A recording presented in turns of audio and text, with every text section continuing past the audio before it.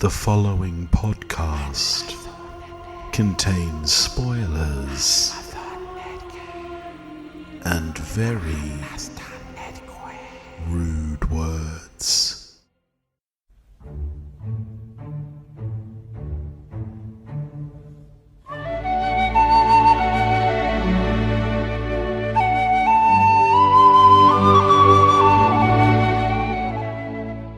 Hello everybody and welcome back to We Watched a Thing. The boys are back. It's B Dizzle and the Tophmeister here with you. How you doing, bud? That was very energetic. You gotta have some energy, you know how it is.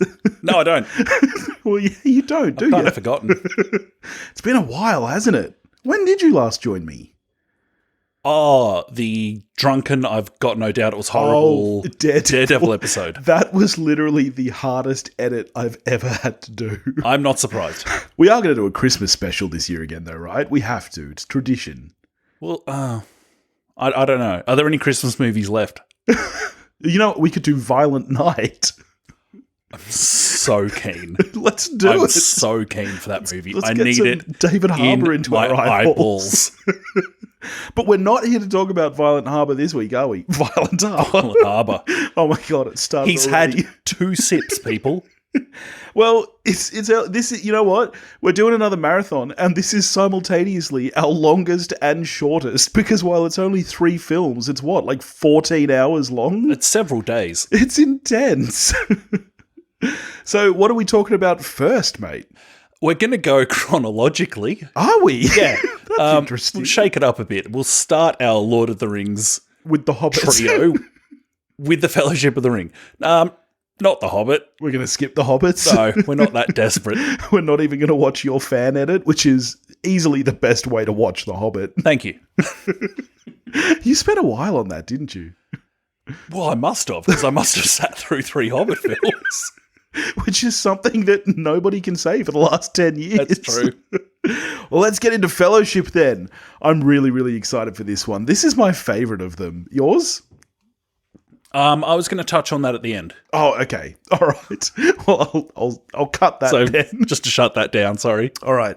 Lord of the Rings, The Fellowship of the Ring is a 2001 epic fantasy adventure film directed by Peter Jackson from a screenplay by Fran Walsh, Philippa Boyens and Jackson, based on, of course, the 1954 novel The Fellowship of the Ring, the first volume of The Lord of the Rings. It stars Elijah Wood, Ian McKellen, Liv Tyler, Viggo Mortensen, Sean Astin, Cate Blanchett, John Rhys-Davies, Billy Boyd, Dominic Monaghan, Orlando Bloom, Christopher Lee, Hugo Weaving, Sean Bean, Ian Holm and Andy Serkis. What a cast, and what is it about, Toph? Look, definitely not World War One, according to Tolkien, but also it's definitely about World War One. Like, just be honest about it. You know, it's like The Lion, the Witch and the Wardrobe is so clearly about Jesus, and at least C.S. Lewis admitted it. Yeah, absolutely. Yeah. Good buddies as well. Yes. That is a fun fact, fun literary fact. I mean, I think I don't think that's news to anyone at this point in time, but... Well, shall we do it, mate? Shall we watch a thing? Love to. Let's do it. Let's hit some rings.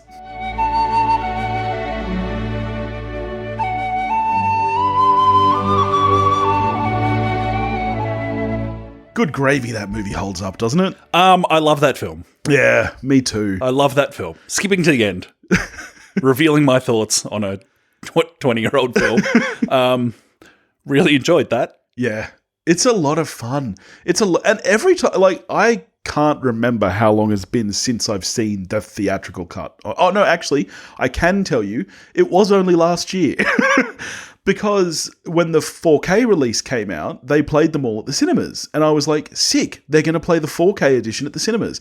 They didn't, for some reason. Even though it was to coincide with the 4K release, they played the theatrical cut, which I thought was very strange. Yeah, it's a really dick move and also quite funny. Yeah. I rate it. But that was the first time I've seen the theatrical cut in probably about 15 years. Yeah, it's at this point, I don't even consider the theatrical cut canon.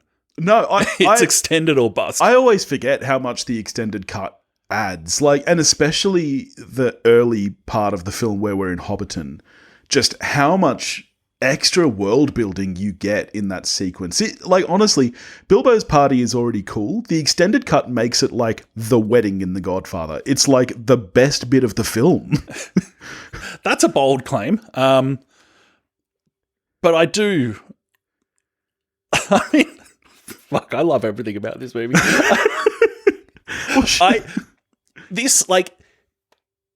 Being the generation I am, Star Wars has this untouchable place in my heart. But there's definitely been I think it's very safe to say that over the past 2 decades, there's no other film that I have a relationship to like the one I do with Fellowship.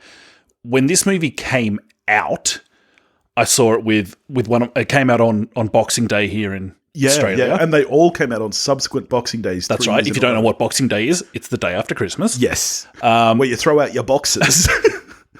And all the rubbish presents you got.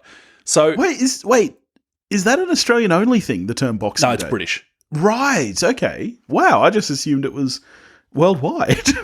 No, not a thing. Everywhere. Interesting. That's like, did you know that Australians are the only ones who say hip hip hooray after singing happy birthday? Is that right? We're the only ones who hip hip. Other countries don't do it. It's like, that is so weird. Well, it's a weird thing to say. Is it? If you think about it for more than 2 seconds, it's pretty strange, isn't it? Yeah, it's always so awkward too when you just wait to see who's going to do it. And like, sometimes someone does it and you're like, I don't think you're the right person for this job. Yeah, someone decides they're going to be the birthday alpha, and it's like... it would be like, let's say we were at your daughter's birthday and I jump in with the hip hip. I'm pretty sure everyone in your family would be like, what the fuck? Crickets. Yeah.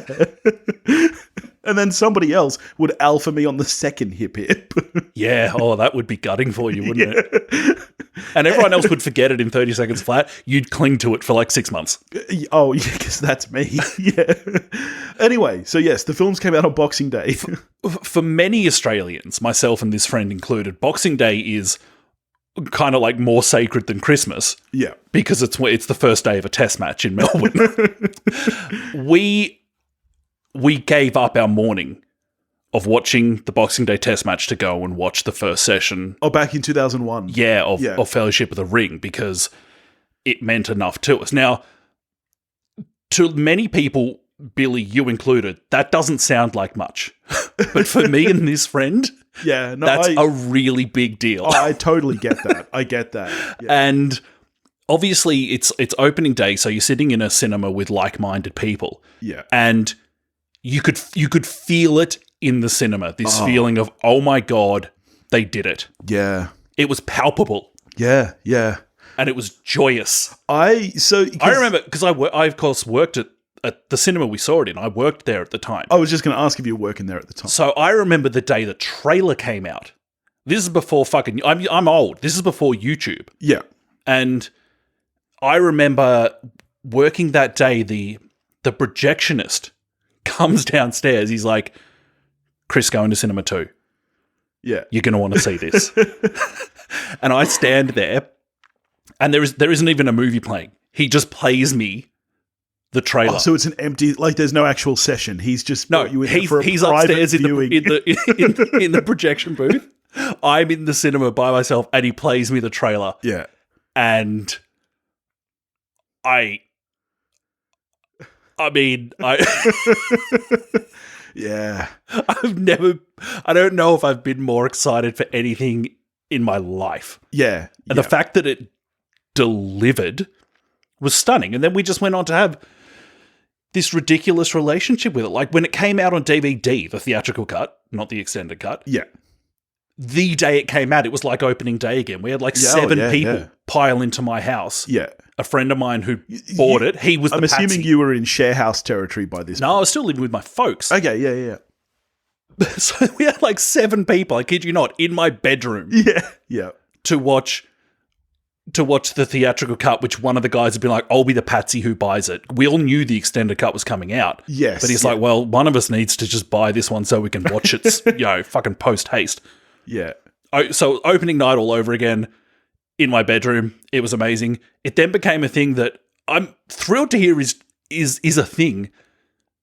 Not just me being weird, that I watch Fellowship on Christmas. I was just going to say that. You still, to this day, watch it. Well, you let all three play in the background for like the whole day, don't you? Yeah. Christmas has just become Lord of the Rings Day. Yeah. Yeah. It's the best.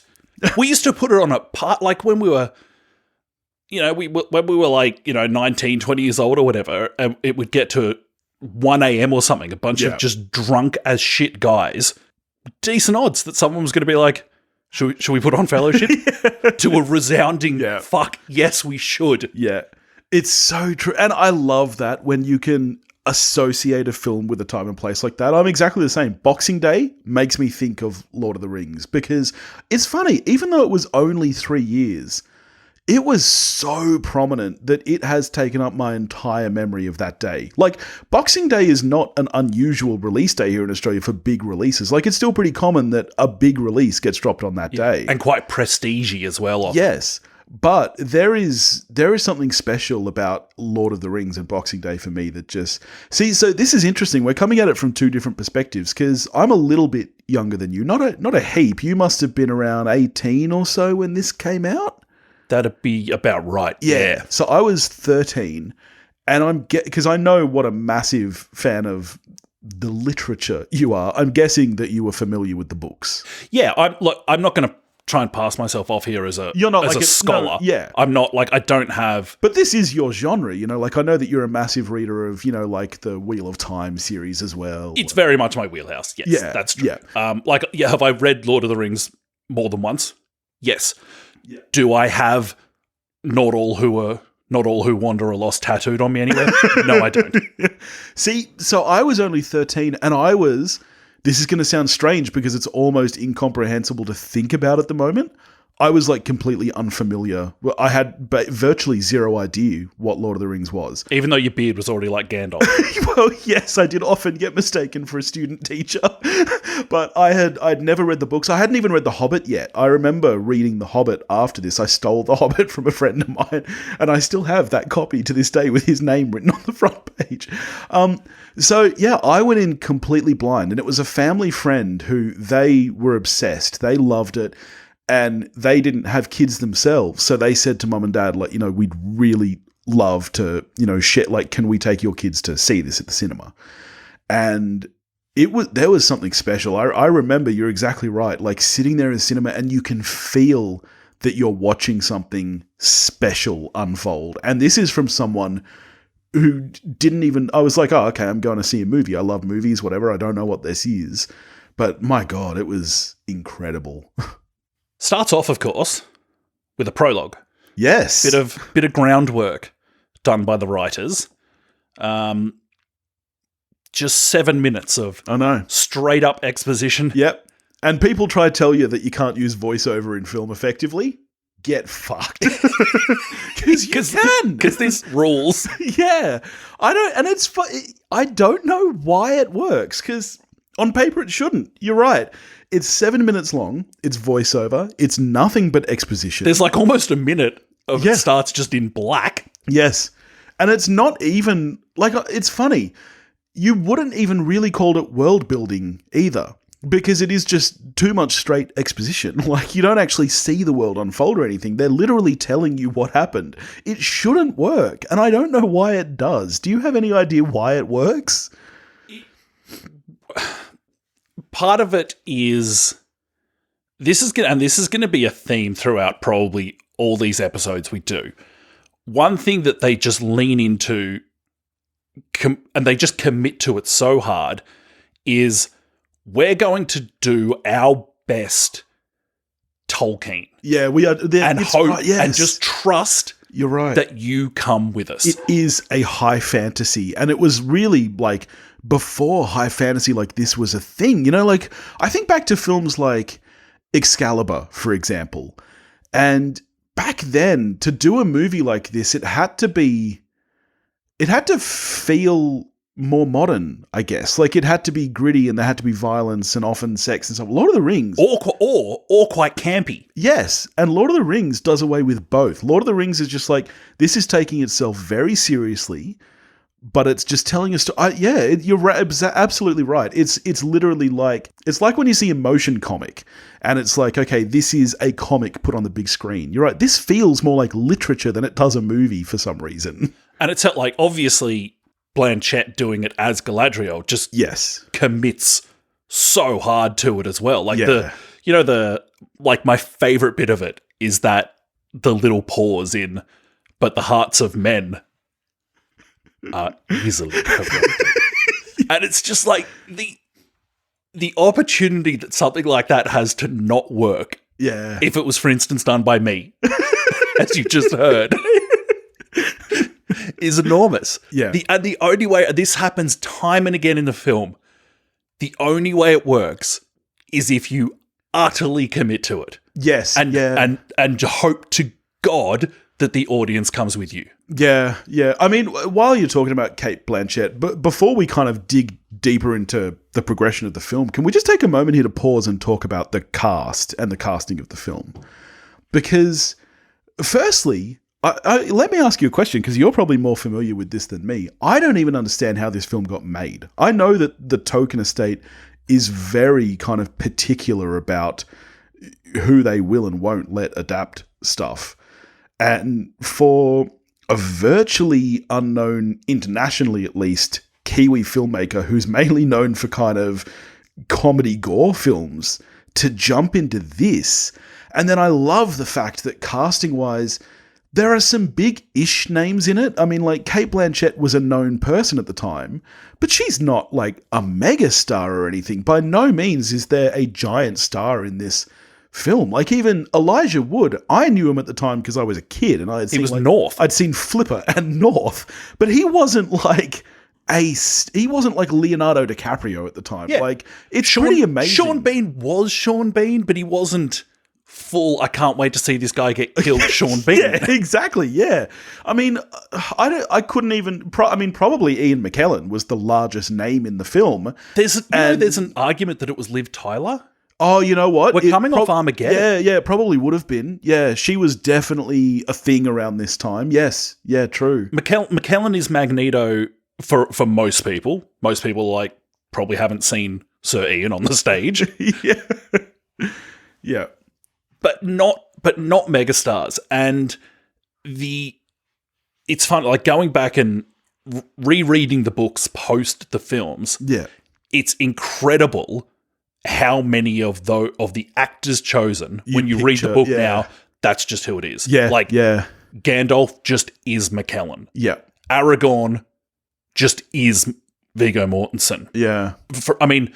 There's not a knock on Elijah Wood. Frodo's a bit different because they make him a kid. Yeah. I mean, he was 18 or 19. He was still a teenager when they shot it. Yeah. Whereas Frodo's in his 40s, I think? I believe. Yeah, well, because he's around the same age that Bilbo was in The Hobbit, right? Yeah. So that one's a bit different. There's no knock on Elijah Wood. I mean, Merry and Pippin. Oh, they are so good. As far as I'm concerned, that's Merry and Pippin. Every single cast member in this entire franchise fucking nails it. And I think you're right. I think what makes it work is that they fully commit to it. They just dive right into, this is what this film is. It is high fantasy and I'm this person. And they all nail it. So McKellen gets Oscar nominated for it. Yeah, which is rare for a film like this. It is. And I suppose one part of you is like, okay, does it happen if your name doesn't start with Sir already?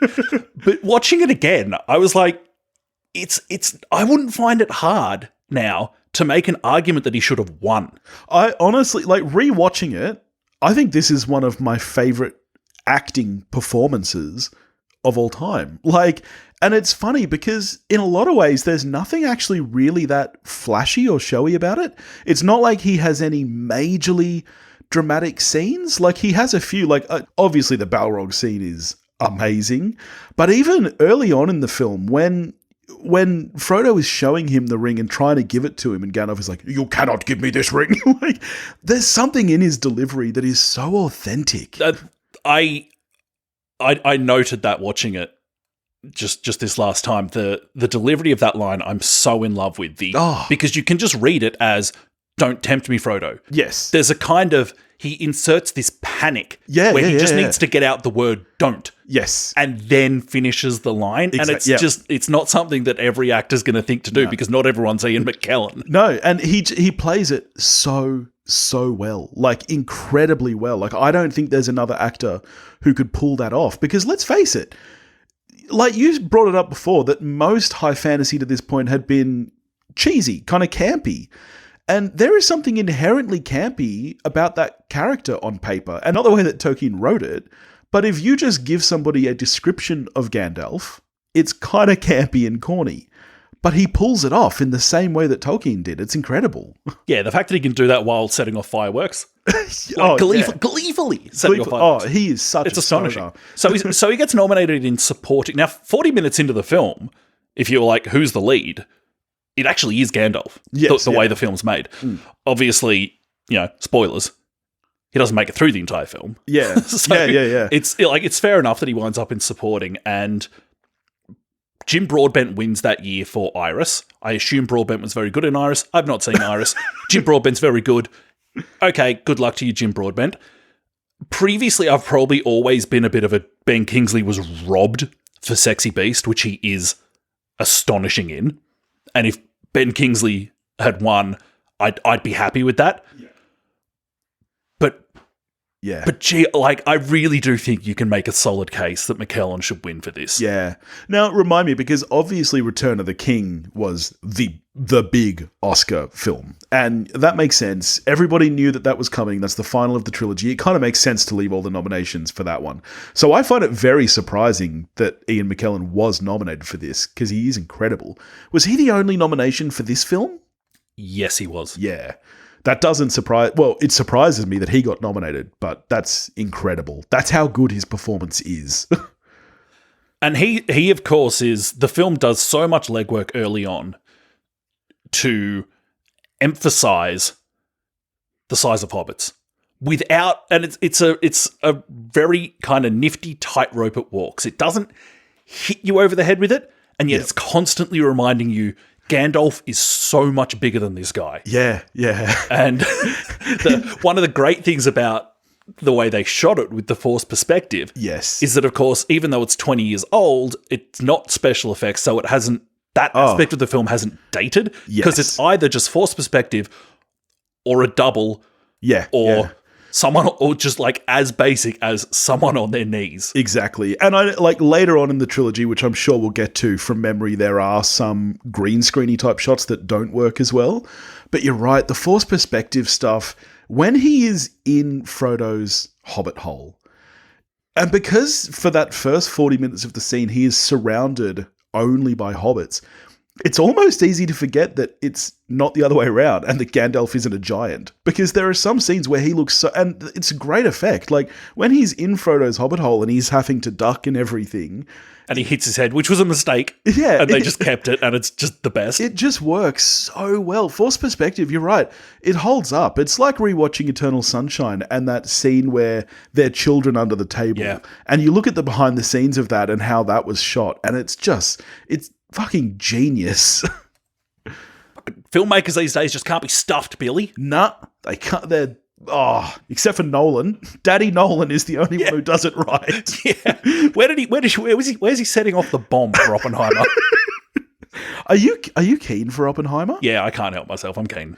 Okay, but it comes out the same day as Barbie, though. Which one are you going to see? Barbie. Yeah, absolutely. Something that hasn't dated in his film again, I don't think anyway, which in a lot of things does, is the fan service that's in there, I really like. Because there's something just that doesn't jar for me about it, with the way they do things that are just like, if you know, you know, and if you don't, it actually doesn't affect this. Yeah, it's not like fan service in the MCU where it's like, now you have to go and read 400 comics and watch 10 TV series, you shit. Like, you get that, if you're a fan of the source material, you get those, and it's there's absolutely a level of self-satisfaction about it. Not going to pretend there's not. Especially for you. You're a very self-satisfactory individual. Pretty self-satisfied. The little thing they did, which I still love, that they just keep on inserting chapter names into the dialogue. Oh, right. So you get, like, early on, you get A Long Expected Party. You get Riddles in the Dark. You get A Shortcut to Mushrooms. Yeah. And if you know, you just get this little, cool. Yeah. If you don't, it doesn't affect the film. Unlike, look, a film that I really, really enjoy, Rogue One. Yep. Here I am. It's a couple of weeks before the events of A New Hope, and our main character on a different planet has bumped into the guy that Obi-Wan is about to dismember. Yeah, yeah. No, they didn't. Stop it. Stop it. No, they did not. I mean, even the fan service in The Hobbit, where it's like, hey, look, here's a guy from Lord of the Rings. Check this out. It's like, you don't need to do that. Yep. Whereas in this, thankfully, with these films where we're at the dawn of the IP age, so it's not like you'd have studio notes going. Yeah, that's true. You know this what you was should before, have. like, franchises. Yeah. Yeah. Another fun thing that Bilbo and Gandalf do early doors in the film, which will set up a thing for the entire trilogy, of course, is smashing pipeweed. Now, a friend of mine, the friend that bought the first DVD, in one of our many viewings of this film, we played a drinking game where every time you can absolutely read it as they're getting stoned, you drink. But you don't finish the movie sober. Because apparently there's plenty... I understand there's plenty of takes of people smoking pipes in the production of this film, and they really did do it, varying from it's just tobacco to this is the good gear. I mean, and a lot of it kind of falls somewhere in between, but I don't think there's any way you can watch these films and go, there's not something about pipeweed. Especially not the extended cut. That whole sequence at Bilbo's party, Gandalf is off his face when he goes to grab some more fireworks, and he's just like... He sounds like us at 2 a.m. when the Nuggets arrive. There's Seth Rogen stuff going on. Oh, it's incredible. I'm going to tick off a little bit of Billy Bingo here. And I hope that in this case you'll allow it and agree with me, because this score by Howard Shore... It's in my notes. ...is absolutely incredible. Like, I think that there is an argument to be made. I think, obviously, you say best film composer of all time, and most people jump immediately to, of course, John Williams. I think James Horner is a close second. You can have some Morricones in there. Morricone, Hans Zimmer. What Howard Shore did with this entire franchise is beyond incredible, because it is so recognizable and distinct, and yet never in your face. It never takes over like a Hans Zimmer score has begun to do recently. It's so comforting and friendly, and it always fits what is happening on screen. It's just incredible. It's funny that you say it's not in, because I do largely agree when you say it's not in your face, which it never quite takes over. Yes. But it is a big absolutely score. Like, there are sequences in this film which are very heavily score driven. You know, you think of like that kind of orc theme when you see them kind of popping out of the ground like daisies, and Maury is littered with it for sure. And that sequence lives and breathes on the score, but it never it marries so well with everything else that is happening that it just feels natural. Like it's I was watching it. I was trying to think of a way to describe how it feels to me. Tell me if this rings at all true, or if I'm just talking absolute shit. Probably the latter. To me, the score of this film has a feeling of something incredibly massive. Yeah. That is not pushing that hard, but because of its sheer size, the effect is still huge. Does that make any sense? Absolutely. And in fact, I think that that's a perfect way to discuss this entire film, because that's how I feel about this film. Like, this is an epic, like, of epic proportions. This, I mean, length aside, just the content. This is the first film I can remember seeing that I'm like, wow, this is big in scope. You know, like, it feels like a journey. But you're right. An unexpected one? But it's not in your face about that. It's not. It's just it's very. There's something very soft and subtle about the way that this film presents itself, given how large it is. There's a video essay on YouTube by the Nerd Writer on the score for Lord of the Rings, which, if you have any interest at all, I don't know music for shit, but I still find it absolutely fascinating. I would strongly recommend it. It's only like, I don't know if it's even 10 minutes. It's really easy watch, and I would definitely encourage people to check it out. It's fascinating. Yeah, nice. Here's something I just fucking love about this film, and just give it so much credit for, that unlike a lot of IP that's come after this, which seems scared of its audience, the makers of this film kind of intentionally make it so that if you're not ultra familiar with it, you won't be following everything. Like, early doors, Gandalf leaves the Shire. There's a shot of him going to Minas Tirith. But at that point, if you're new to the world, you don't know where he is. Yeah. And they don't explain it. I believe what's he this city? Says he's going to see... Does he say he's going to see someone... Like, he basically says, I'm going to see a better wizard than me, doesn't he? Oh, well, he's got that, he's both powerful and wise when he's going to see Saruman. But when he's just scouring the scrolls... Yeah, oh, yes. In Minas Tirith, it does not explain where is he, how far is it. It's just like, Gandalf's gone somewhere. Yeah. Just bear with us. It will be okay. Yeah. And so, like I said, some people will know, and great for them. We're like, oh, first glimpse of Minas Tirith, that's fun. But if you don't know, it turns out it's fine. Yeah. And this will repeat in the next couple of films as well, that they'll just throw things at the audience from the source material and not bother to explain it, and rather just kind of trust that, well, this is adding to the world. It's kind of how it does a lot of its world building. Yeah. And I just give it great credit for that, to trust that the audience isn't just going to throw the toys out of the cot because they don't understand everything that's happening. Yeah. I've got to ask you this, because we're now, a half hour odd into recording, and we've not had a single negative thing to say about this film. Do you have any negatives at all about The Lord of the Rings, The Fellowship of the Ring? Yes, but I'm parking it. Parking it, what, for after a future film? Yes.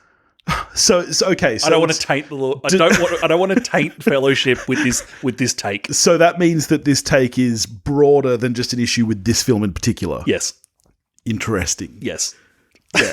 One of my favorite bits of world building that this film does is the line, the scene and the line, if I take one more step, it'll be like, what a great way to just inform us about the character, about these characters, and what their world is, what they feel about anything beyond this fucking bit of corn. Yeah, you're right. Something. It's genius. I love that. Yeah. I love it. It's very, very smart. But it gives us some character work for our little hobbits, and informs us about how scary this journey. Like, they've literally just started the journey. They've literally just started. Barely. Yeah, they've barely. And the first thing that happens is, oh shit.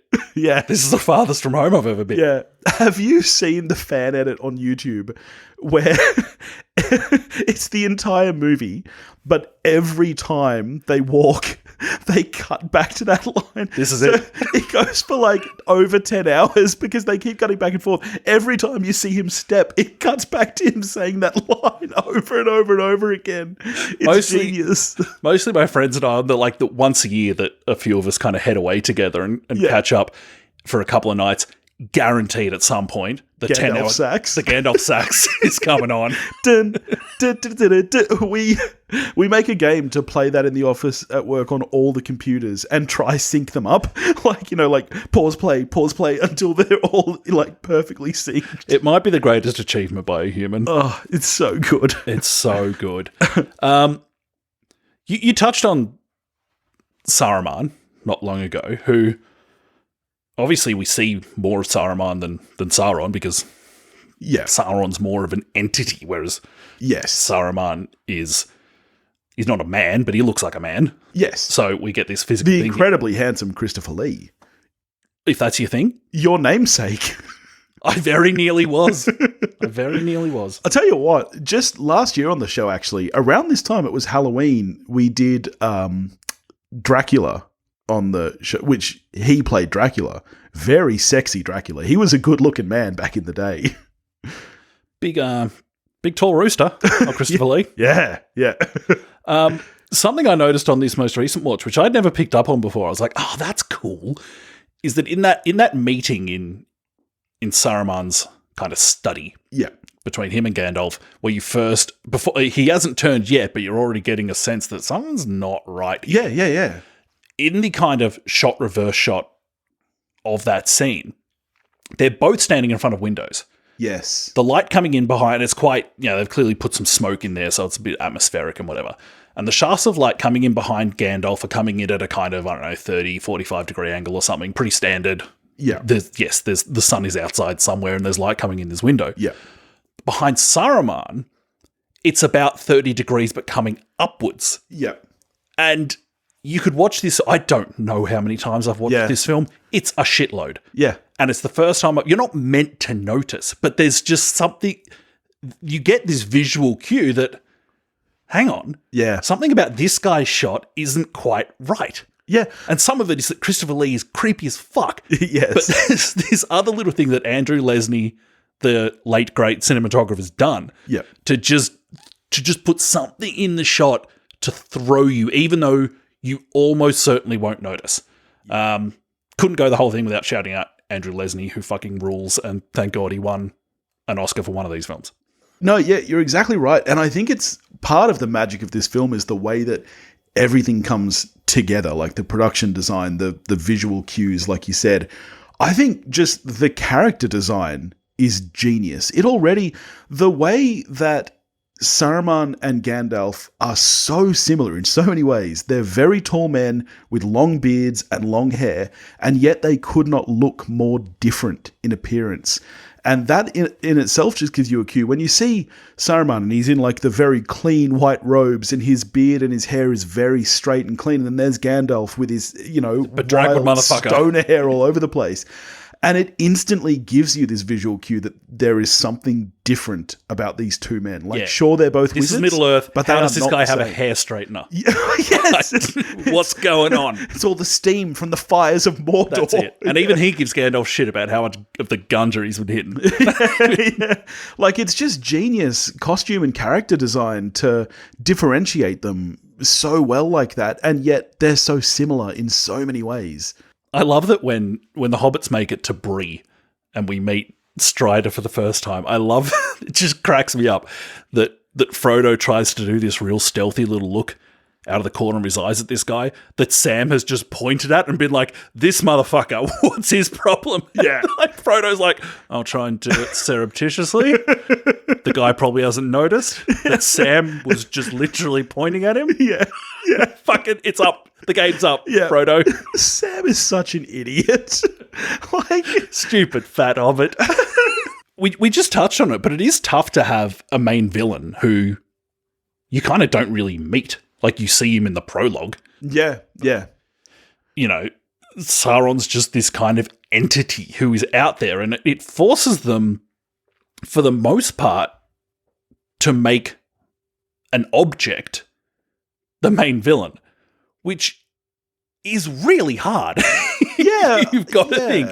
And they do a pretty stunning job of imbuing this ring with something beyond, here's a bit of jewelry. I think the really nice thing for me about the ring is that, it's kind of like when you hear about an animal attack, like a shark, for example. Let's take Jaws as an example. The thing about Jaws is that it is, at the end of the day, that's a horror movie. Jaws is the antagonist. He's the villain.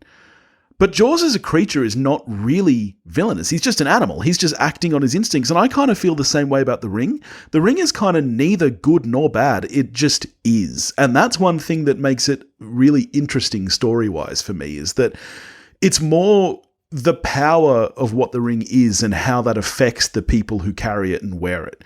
And I think that that's really interesting. And one thing that the film does really, really well is introduce so many different antagonists along the way. And I think that's what makes it feel so epic and like a journey. It's like things are constantly evolving.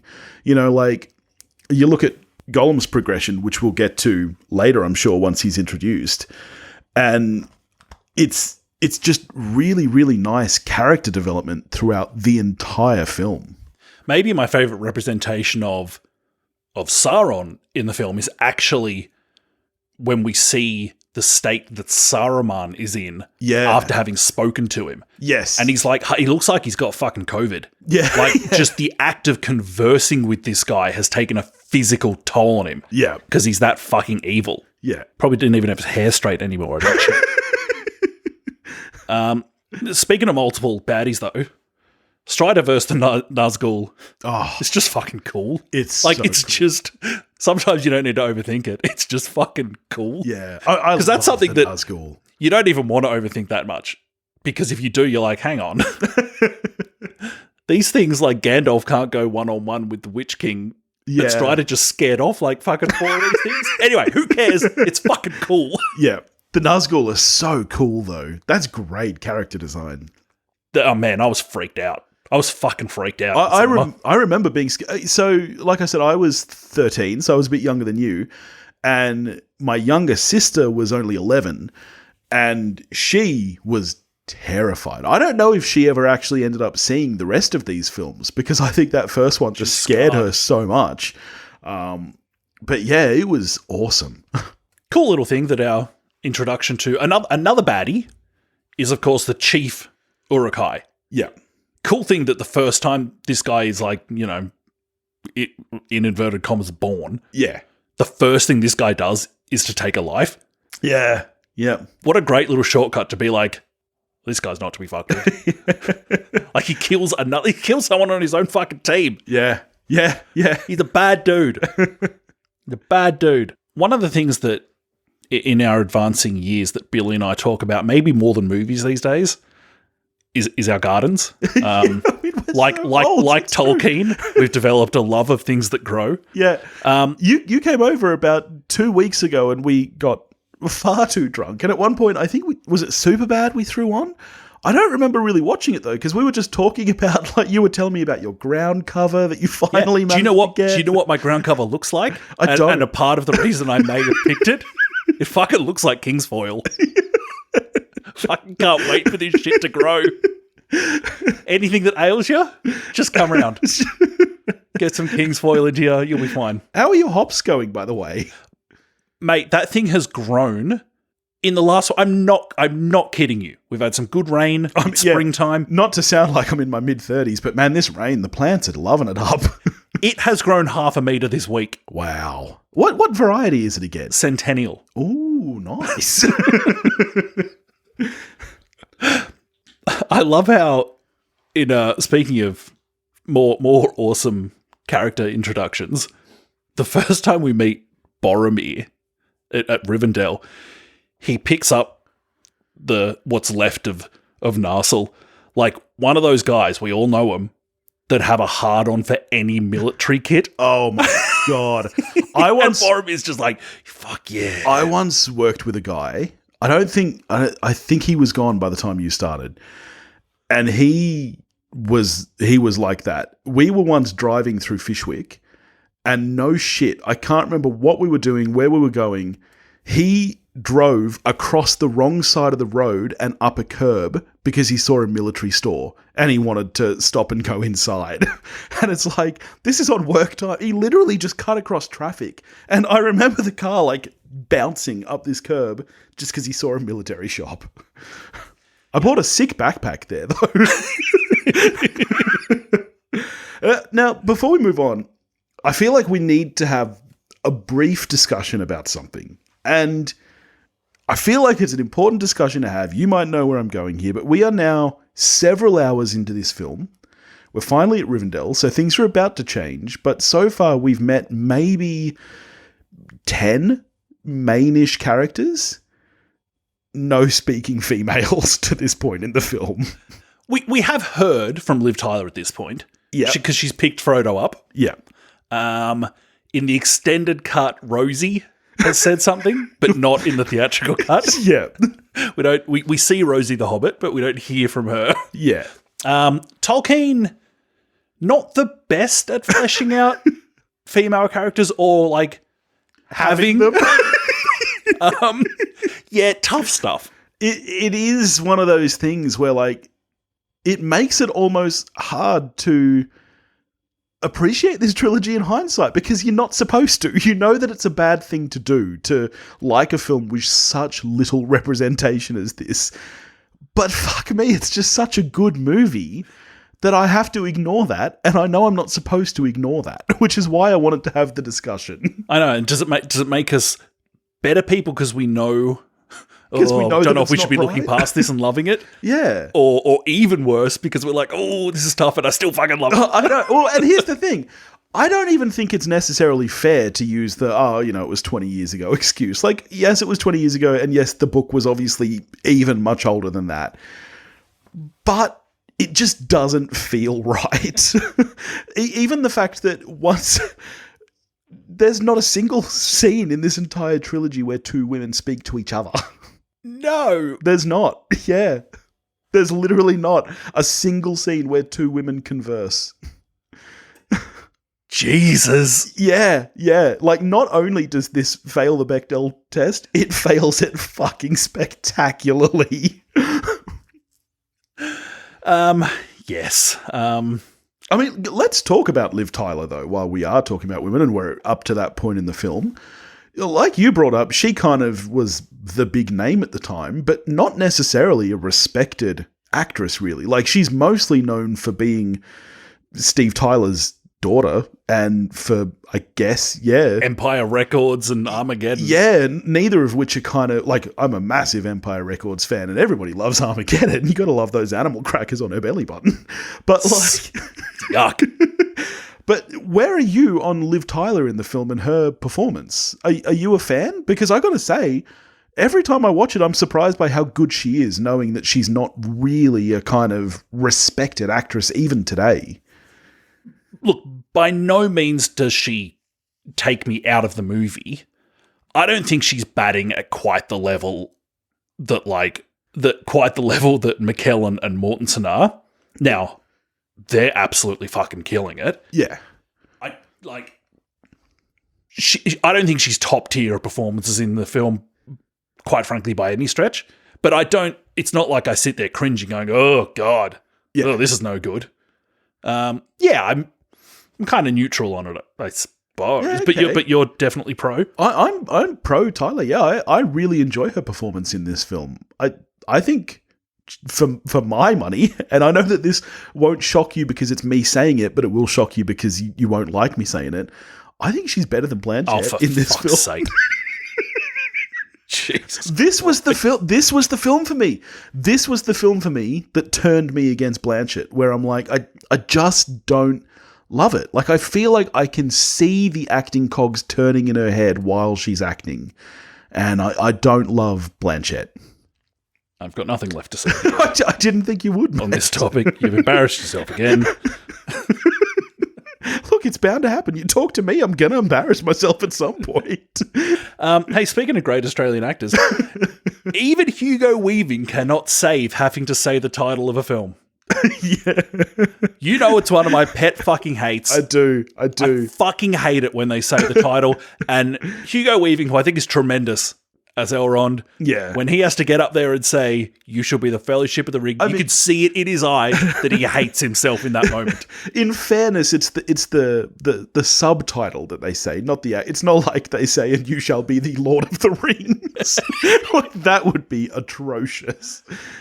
Funnily enough, when McKellen says that there can be only one Lord of the Ring, or that there is only one Lord of the Ring, that actually works. That fucking rules. It does, yeah. But not you shall be. No. Get right out of here. No good. It is pretty. It might be the worst example of inserting the title of a film into the screenplay. It's tough, man. It's really tough. I mean, it's a very, very bad thing to do. I mean, maybe McKellen could sell it. He can do anything. He's not actually a wizard. What? People tell me where to stand. So good. But by this point, we're not far away from the Mines of Moria, where McKellen has this just astonishing conversation, almost a monologue, but just talking at Frodo a lot. The can you give it to them? Yeah. Frodo, the many who live deserve death. That entire, again, if you wanted to build a case that this guy should have got a statue for this film, that is astonishing. Yeah. And for them to have the moxie to just be like, all right, we've set off on adventure, hit pause because Gandalf's going to give us a life lesson. Yeah. Yeah. It's astonishingly good. Yeah. I just have to bring, you just said the word. I can't hear the word adventure without in my head hearing, I'm going on an adventure. That's my guy, man. I love him. I would watch a supercut of Gandalf abusing Pippin. Oh, dude, it's so good. I love those it's two. So good. The most unlikely, brilliant pairing. Yeah. Gandalf and Pippin are the best, especially Gandalf just giving Pippin shit. Yeah. I think that is one of the things that makes this movie and the franchise sounds like a weird word for this series because, this saga. It only became a franchise when The Hobbit came out, I would argue. True. Okay, yeah. I think what makes this movie and the saga at large work so well is, and again, this goes right back to Tolkien, is the way that every character almost is fully established and rounded and real. And those little pairings you get when they separate, because as we all know, the Fellowship does not stay a Fellowship for the remainder of this. For fucking long at all. I mean, for couple of days. Yeah, barely even to the end of this movie. They make it halfway up a hill. Yeah. That's about it. And then they're separated, and it still works really well because you get these little pairings and pockets of characters together and the way that they interact with each other. Yeah, it's really fun. Do you, not when he's trying to kill everyone, but in its last fleeting moments of life, do you feel bad for the cave troll? I mean, yeah. This was props to the special effects department here. That they somehow did this thing with this character who's been wrecking shop, that in its last moments, they kind of create a full character and you're like, oh, I think this thing has a mum. Yeah. And I think he maybe just fell in. Yeah, with the wrong crowd. Yeah. A bit like you talking to me. Your mum was like, don't do that. Don't you talk to that Billy kid. Yeah. He's trouble. Nah, your mum loves me.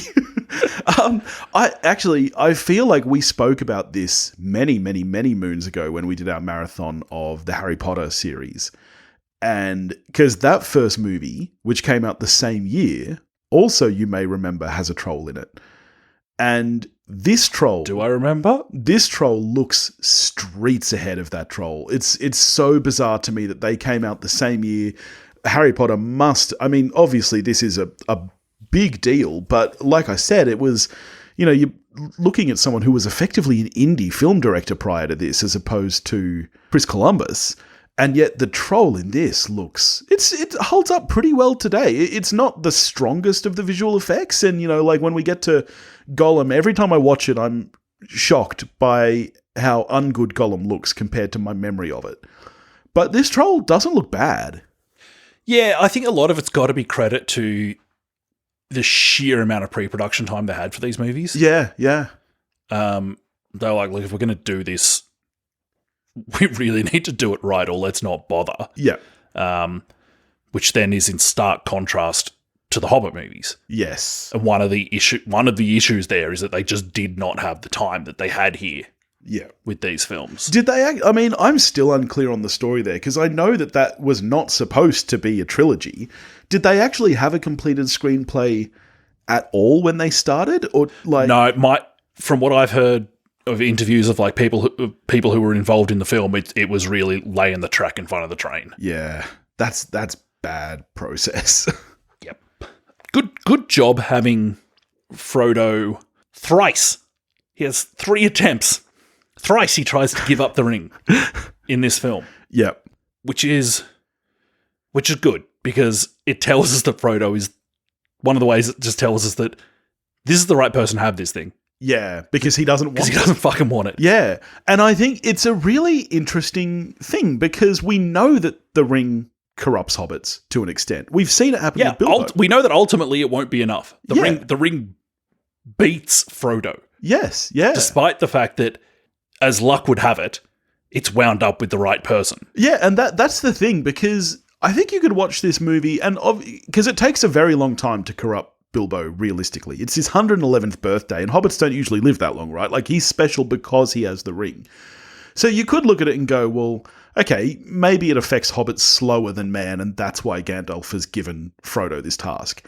But you're right, it's not just that. It's not just that alone. There is something about Frodo specifically that makes him the half-man for this job. And also, as far as Tolkien's concerned, the way he's made them, hobbits are hardy, good folk. They're pure to an extent. They're almost like... They like growing things. They're like children, you know?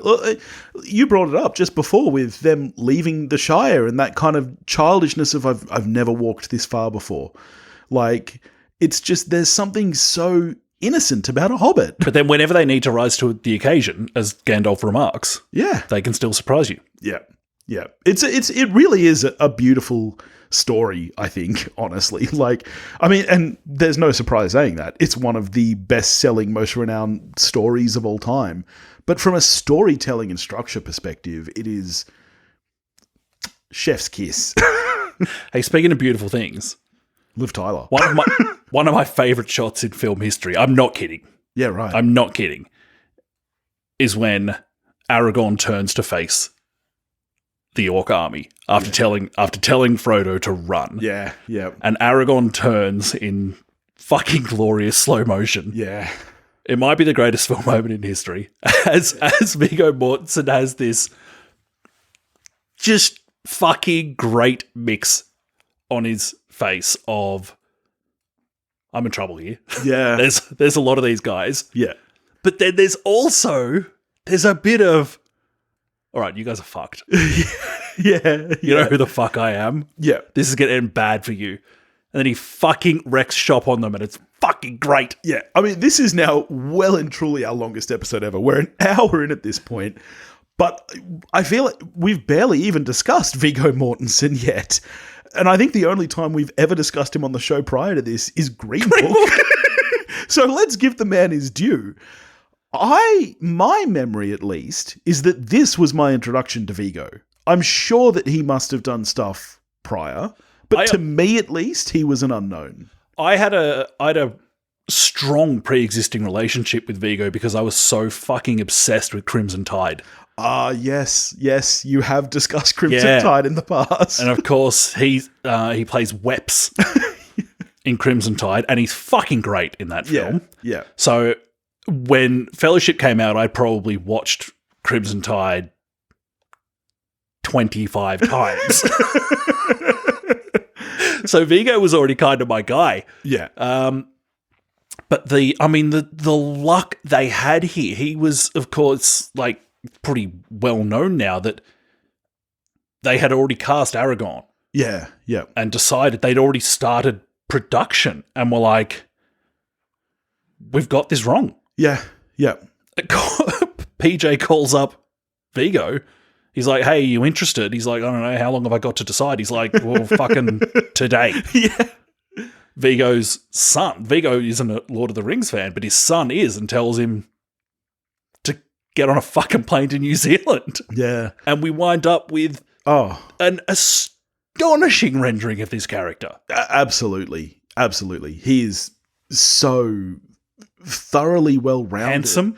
I mean, he is handsome, definitely. But it's that beautiful kind of withered handsomeness where there's something kind of dark and brooding in the handsomeness, you know? Like, he looks like he's lived a life. Like, and that is just the perfect casting for Aragorn. Yeah, don't want to smell the guy, but looks good. Speaking of great shots in cinema history, another slow-mo shot that PJ uses here the orcs running past the fallen but not yet dead Boromir is, like, in terms of composition and everything, the way it works with the music is all fucking great. Yeah. The other thing that's, I think, sensational about it is how it lends the visuals of that specific shot. There's two shots really that kind of follow each other there. The way that they inform just what a bummer this is for this character who is kind of the most overtly heroic member of the Fellowship. The first guy who's going to throw himself into battle, yada, yada, yada. And yet, before he's even dead, he's been forgotten by these baddies. Like, actually, mate, we've got way more important shit than you. What a fucking bummer for Boromir. Yeah. I mean, the entire battle sequence, I know that it's small, really, especially in comparison to the rest of this saga. But this is one of my favorite battle scenes. Like, I still don't think that there is a better orc moment than when he gets stabbed and instead of anything else, he just grabs the sword and pulls it deeper that was in. Terrifying. And it's like, fucking hell. It's like the iconic, we've spoken about it before, the shot of the alien with Sigourney Weaver that everyone forgets is actually Alien 3. That iconic shot of the alien right up against her face. That's what this is, that moment for Lord of the Rings. Yeah. It is terrifying. And again, that could come off so campy in the wrong hands, but it comes off scary. And there was, when Aragorn lops his head off in the cinema on Boxing Day, there was spontaneous applause. Like, the cinema erupted. Yeah. And this is before the days of the MCU where they had to convince you over 7 films that Captain America is at all good, when in fact he's just a fucking terrible character. Yeah. This was just a spontaneous, I've been with this guy for one fucking movie, and that was fucking spectacular. Yeah. It was a joy. Yeah. It was a joy, Billy. You really, again, we haven't harped on about it too much, I don't think, but one of the bummers of watching the theatrical version of this film is that in that final fight scene, you get like Legolas, he knocks off a few people in a row. It's like literally half of what he does in the extended one, where you just get this awesome shot of Orlando Bloom standing there with a bow, just fucking owning orcs all over the shop. Yeah. And it's the best, and I it's fucking 4 seconds. Yeah. Just fucking leave it in. Fucking Orlando Bloom, back before we were sick of him. I know. This movie literally invented a pop star, effectively. Like, Orlando Bloom became one of the biggest people on earth out of this movie. Maybe this was just my naiveness because I was 13 at the time. I'd never heard of Orlando Bloom before this. No, he'd done one thing, the name of which now escapes me, I think. And he might have been on like a Midsummer Murder in England or something, but no one knew who Orlando Bloom was. It's one of those interesting things where, because of what he became, it makes it easy in hindsight to look back at him in these films and go, he's not actually that good, he's just a pretty boy. Like, it's really easy to do that because he became known as this kind of gorgeous, rock star of a celebrity.